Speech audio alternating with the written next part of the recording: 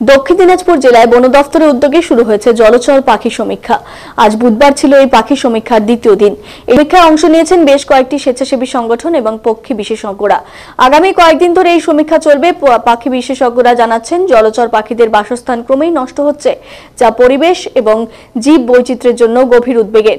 প্রতি বছর শীতের মৌসুমে দক্ষিণ দিনাজপুরের নদীচর, জলাভূমি এবং বনাঞ্চলে বহু পরিযায়ী পাখি ভিড় করে।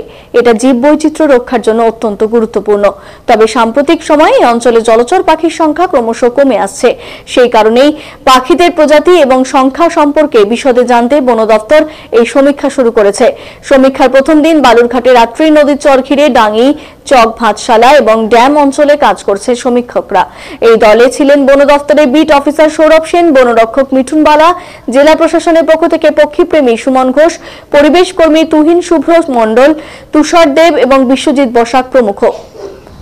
সমীক্ষায় পাওয়া গেছে grey throated martin, little ringed plover, Temminck's stint, white wagtail, green sandpiper, common kingfisher, white throated kingfisher, pied kingfisher, Asian open bill stork, little egret, river lapwing, common kite, Asian palm swift সহ আরো বিভিন্ন প্রজাতির জলচর পাখি। সমীক্ষকরা পাখিদের habitat বা বাস্তুতন্ত্রকেও পর্যবেক্ষণ করছে। আত্রি নদীর সমীক্ষার পর গোফানগরে এই কাজ হয়েছে। আগামী কয়েকদিন পরে তপনদিঘি, গুড়াইল বন অঞ্চল, আরেন্ডা বনাঞ্চল, কালদিঘি, ধলদিঘি, মহিপাল দিঘি, গড়দিঘি এবং মালিয়ান দিঘিতেও এই সমীক্ষা চালানো হবে। সমীক্ষক দলের সদস্যদের বক্তব্য, জলচর পাখিদের বাস্তুতন্ত্র দিন দিন নষ্ট হচ্ছে, যা অত্যন্ত উদ্বেগের বিষয়। গত বছর এই ধরনের সমীক্ষা করা হয়েছিল। সমীক্ষার ফলাফল বন দফতরে জমা দেওয়া হবে এবং পাখিদের রক্ষা ও তাদের সংখ্যা বাড়াতে প্রয়োজনীয় পদক্ষেপ নেওয়া হবে বলে জানিয়েছেন প্রতিনিধিরা।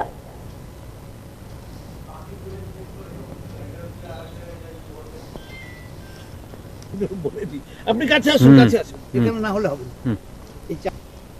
তপনে গেলাম, তপন ব্লকের এরেন্ডাতে গেছি, গুড়াইলে গেছি এবং তপন দিঘিতে, এবং প্রচুর পরিমাণে তপন দিঘি তো পাখিদের এখন স্বর্গরাজ্য হয়ে গেছে, যেহেতু অ্যাডমিনিস্ট্রেটিভ বিল্ডিং ওখানে তৈরি হচ্ছে ওই টুরিস্টদের জন্য, যার জন্য চারিদিকে প্রাচীর টাচীর দিয়ে গেটটা বন্ধ ছিল বলে কোনো ডিস্টার্ব হয়নি।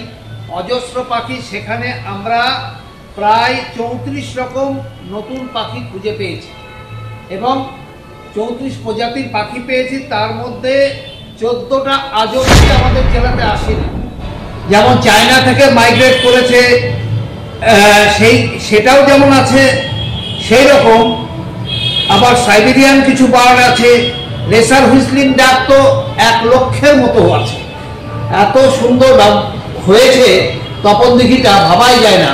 আমরা যদি একটু সুরক্ষা দিতে পারি ঠিক মতো, আগামী দিনে পাখিদের স্বর্গরাজ্য, যেটা গজলডোবাতেও মানুষ কত যেতে হবে না বা পূর্বস্থলীতেও যেতে হবে না, যেটা তপন দিঘিতে পেয়ে যাবে। আমরা গুড়াইলেও কিছু পেলাম, এরেন্ডাতেও কিছু পেয়েছি। আজকে 59 রকম পাখি আমরা চিহ্নিতকরণ করতে পেরেছি। এই পাখিগুলো রাখার কোনো ব্যবস্থা আছে কি না? এটা তো মাইগ্রেট করে, এটা পরিযায়ী পাখি, এটা তো রাখা যায় না। কিন্তু এদেরকে সঠিক নিরাপত্তা দিলে এরা গিয়ে যেমন বলে আরো ঝাঁকে ঝাঁকে পরের বার আসে। যেভাবে আমিনা এক সময় তৈরি হয়েছিল, নিরাপত্তা দিতে দিতে প্রচুর পাখির আনাগোনা শুরু হয়েছিল, এরকম এরা আগামী মাসে হয়তো চলে যাবে, পরিযায়ী পাখি চলে যাবে, বাচ্চা বাচ্চা নিয়ে চলে যাবে, পরের বার এরা আরো ঝাঁকে ঝাঁকে আসবে। অতএব আমরা যদি সঠিকভাবে নিরাপত্তা দিতে পারি, জায়গাটাকে যত্নে রাখতে পারি, আগামী দিনে পর্যটকদের এবং জেলাবাসীর একটা কাছে অত্যন্ত সুখবর হয়ে উঠবে। Thank you. আপনার নাম? আমার নাম Biswajit Basak, secretary Amina birds and environment protection সমিতি।